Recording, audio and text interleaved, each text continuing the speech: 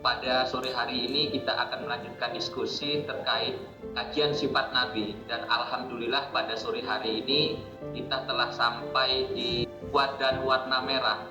Jadi kalau kita melihat sifat Nabi itu berdasarkan kajian dari Pak Jaim, kita bagi dalam 4 warna. Pertama warna biru itu sidik, kemudian warna hijau itu fatona, berikutnya kuning itu amanah, dan merah adalah taufik. Minggu kemarin kita sudah diskusi terkait kepemimpinan Ali bin Abi Thalib dari sisi tabliknya atau kuadran warna merah. Sore hari ini kita akan coba mendiskusikan bersama dengan Pak Jaim terkait kuadran warna merah dalam perspektif parenting. Nah, mungkin sebelum kita masuk ke sesi utama hari ini, Pak Jaim mungkin berkenan untuk review sebentar Pak terkait beberapa kuadran warna sebelumnya. 4 teori kepribadian itu serupa lah, beririsan gitu kan, dari intuiting, thinking, sensing, feeling, dan yang kemudian menjadi pembeda adalah bahwa dengan menggunakan sifat Nabi ini kita percaya bahwa 4-4-nya ini bisa dikembangkan secara optimal dalam diri seseorang dan bahkan perlu dikembangkan dalam diri seseorang. Seperti yang lalu terakhir kita bicara tentang elemen tablik pada diri Ali bin Abi Thalib radhiyallahu anhu sebagai khalifah keempat. Beliau sangat dikenal dengan karakter tabliknya atau karakter feelingnya atau karakter sanguinisnya yang punya daya komunikatif, daya kreatif atau inovatif yang luar biasa, daya pukaunya luar biasa. Tetapi pada saat yang sama beliau adalah seorang yang sangat jenius gitu, yang kemudian juga punya pertimbangan sangat hijau, sangat fatona.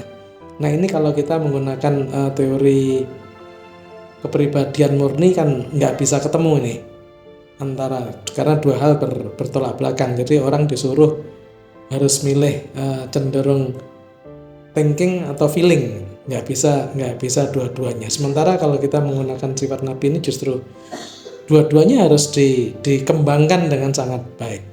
Kemudian serupa dengan ketika kita bicara intuiting dengan sensing atau antara biru dengan kuning. Kalau menggunakan pendekatan teori kepribadian secara umum, ini kan harus dipilih salah satu ketika kita ngisi. Apakah kita cenderung seorang yang intuiting atau cenderung seorang yang sensing? Kita cenderung biru atau kita cenderung kuning gitu. Tetapi ketika kita menggunakan sifat Nabi ini dua-duanya harus dipunyai sama kuatnya gitu. Dan sosok seperti Abu Bakar As-Siddiq itu nyata sekali. Beliau dikenal sangat santun, sangat sabar gitu. Seorang yang baik hati betul, tetapi pada saat yang sama gitu, beliau juga bisa sangat tegas pada saat yang diperlukan. Yang orang lain tidak membayangkan bahwa Abu Bakar bisa setegas itu. Ini yang sedikit, bukan sedikit, ini yang paling mendasar beda pendekatan antara teori kepribadian secara umum gitu, yang selama ini dikenal dengan pendekatan dari sifat Nabi ini. Jadi sekali lagi dalam kehidupan sehari-hari gitu, 4-4-nya harus ada gitu. Diri kita harus mengembangkan itu. Yang pertama-tama tentu harus menjadi orang baik gitu. Yang kedua menjadi orang yang pembelajar gitu. Jadi terus belajar. Yang ketiga kita menjadi orang yang kuat gitu, kuat bertanggung jawab gitu. Dan yang keempat ya kita harus menjadi orang yang komunikatif, kreatif, kolaboratif. Ini kurang lebih 4-4-nya itu. Nah tinggal kemudian mari kita gunakan setiap elemennya itu untuk situasi-situasi tertentu, dalam hal apa dan kapan, dan bagaimana kita bisa mengoptimalkan sehingga dalam segala situasi kita bisa menggunakan salah satu dari elemen tadi secara tepat. Di situasi lain kita menggunakan elemen yang lain secara tepat. kasih Pak Jaim telah memberikan pengantar untuk diskusi pada sore hari ini. Dan kalaupun kita masuk pada pembahasan sore hari ini Pak terkait elemen tablik, kalau dalam parenting itu seperti apa Pak Jaim, dan kisi-kisi atau unsur-unsur apa yang ada di dan warna merah atau tablik dalam dunia parenting atau pengasuhan ini Pak Jaim? Oke, baik. Jadi mari kita kembali membuka yang kemarin dan yang sudah kita dalami tentang tablik ini apa sih gitu ya. Tablik itu secara bahasa tentu saja adalah menyampaikan gitu. Menyampaikan, dalam hal ini menyampaikan kebenaran gitu. Bahasa agamanya balihu anni walau ayah gitu kan. Kemudian juga ada satu keyakinan misalkan dalam satu gerakan keislaman bahwa semua kita orang Islam ini pertama-tama harus menjadi dai dulu, sebelum menjadi yang lain. Menjadi dai itu menjadi penyeru, menjadi penyampai pada kebenaran. Inilah yang prinsip dari tablik yang dalam konsep kita ini ditempatkan menjadi elemen yang keempat dari sifat Nabi setelah sidik, fatonah, amanah, dan baru tablik. Yang keempat-empatnya bisa kita singkat sebagai sifat. C-nya sidik, F-nya fatonah, A-nya amanah, T-nya tablik. Sesuai dengan prinsip itu, maka tentu saja karena menyampaikan, karena menyeru kepada kebaikan, maka aspek komunikatif ini yang penting untuk terus kita kembangkan, kita latih. Dalam hal ini tentu saja bagaimana kalau kita nanti ke pengasuhan, ya bagaimana kita komunikatif terhadap anak-anak kita, gitu. Bagaimana kita komunikatif terhadap siswa-siswa yang kita yang kita menjadi amongnya. Ini yang paling pertama dari elemen tablik ini komunikatif. Salah satu hal terpenting dari agama kita adalah sekali lagi adalah apa kebenaran ini bukan sekedar diyakini tetapi juga dikomunikasikan. Dan untuk dikomunikasikan tentu saja ya harus logis, harus fatonah, dan apa yang sekarang juga harus amanah dulu, harus memang tidak akan keliru dan sebagainya. Nah, elemen berikutnya dari tablik ini selain komunikatif ya kolaboratif.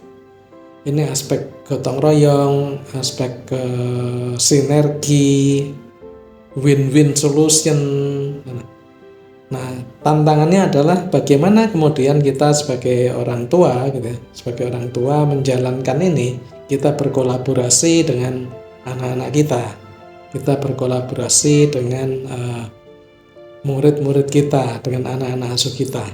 Ini yang kalau dalam bahasanya Ki Hajar Dewantara ini masuk aspek yang kedua dari semboyannya beliau, ing ngarsa sung tulodo ing madya mangun karsa. Kolaboratif ini sampeyan ing madya mangun karsa. Kemudian terkait dengan ini apa yang disampaikan oleh Maria Montessori, di mana dalam proses pembelajaran Maria Montessori bukan langsung mengajar, tetapi berkolaborasi dengan para siswanya atau berkolaborasi sehingga mendapatkan sebuah proses pembelajaran yang terbaik bagi para siswanya, bagi para anak-anaknya. Dan berikutnya adalah untuk bisa komunikatif, kolaboratif, tentu saja ya kita perlu yang proaktif. Kita tidak bisa sekedar ya sudah menunggu saja baru kemudian belakangan merespon gitu. Nah, ada saat-saatnya seperti itu. Tetapi bahkan ketika kita menunggu, kita mendengarkan dan sebagainya, kita perlu proaktif untuk melakukan itu. Nah, yang lain dalam aspek tablik ini, aspek menyampaikan ini, faktor kreativitas juga menjadi hal yang penting. Karena audiens atau pendengar atau orang yang disampaikan ini nggak bisa sekedar pokoknya disampaikan gitu. Kita harus ada kreativitas, dan kreativitas ini siapa yang menilai? Yang menilai adalah yang mendengarkan kita, atau rekan kita, atau dalam ini anak-anak kita gitu. Apakah kita cukup kreatif, setidaknya membuat mereka tertarik, membuat mereka ikut antusias dengan mendapatkan apa yang kita sampaikan. Ini yang perlu dikaji lebih dalam lagi, karena di dalam dunia agama kita kadang-kadang kita keliru ya menerjemahkan qulil haqqa walau kana murran. Pokoknya sampaikan walau itu pahit. Seolah-olah pendengar ini harus menerima kepahitan gitu kan.